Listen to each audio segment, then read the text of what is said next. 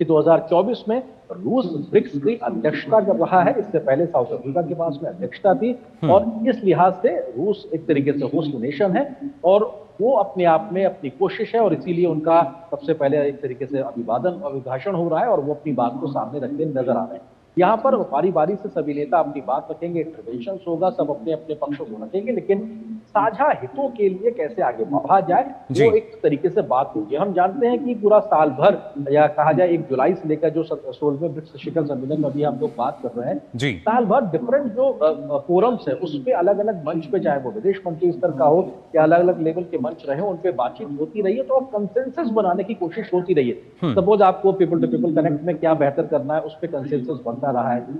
हम सभी सदस्य देश मिलके हेल्थ केयर सेक्टर में कैसे मिलके काम कर सकते हैं, उस पे कंसेंसस बनता रहा है। जी। Same with the education field में हम क्या बेहतर काम कर सकते हैं, बनता रहा है। कनेक्टिविटी पे हम क्या काम कर सकते हैं, वो सब चीजें तय होती रही।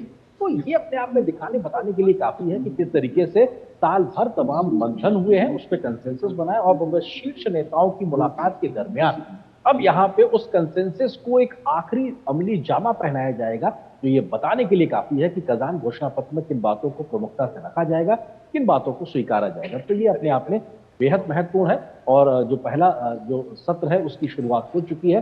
तो यहाँ पर राष्ट्रपति पुतिन के अभिभाषण के बाद में अन्य नेता बारी बारी से अपनी बातों को रखेंगे। हालांकि ये क्लोज डोर सेशन लगातार कहा जा रहा था। जी। इस बात की हम उम्मीद कर सकते हैं कि अगर अन्य नेताओं के बोलने की तस्वीरें या बातें हम तक पहुंचेंगी तो उसकी जानकारी हम साझा करेंगे, लेकिन जो दूसरा सेशन होगा ओपन होगा, उसमें नेताओं का जो इंटरवेंशन होगा उसकी जानकारी हम लोगों को तस्वीरों के माध्यम से मिलेगी। तो वहां पे खुल के बातें रखते नेता नजर आएंगे और इन डिलिब्रेशंस के बाद में क्या कजान घोषणा पत्र एक ऐतिहासिक रूप से एक बड़ा बदलाव लाने का वाहक बनता है, ये देखना बड़ा दिलचस्प होगा और ये बड़ा सुखद अनुभव भी कहा जा सकता है, क्योंकि ब्रिक्स जिसने ब्रिक्स से शुरुआत की थी, फिर ब्रिक्स हुआ और ब्रिक्स प्लस हो गया है। तो जी। ब्रिक्स प्लस में किस प्रकार के पार्टनर देशों के साथ में दुनिया की वैश्विक जो चुनौतियां हैं उससे निपटने में विकासशील देश हो या फिर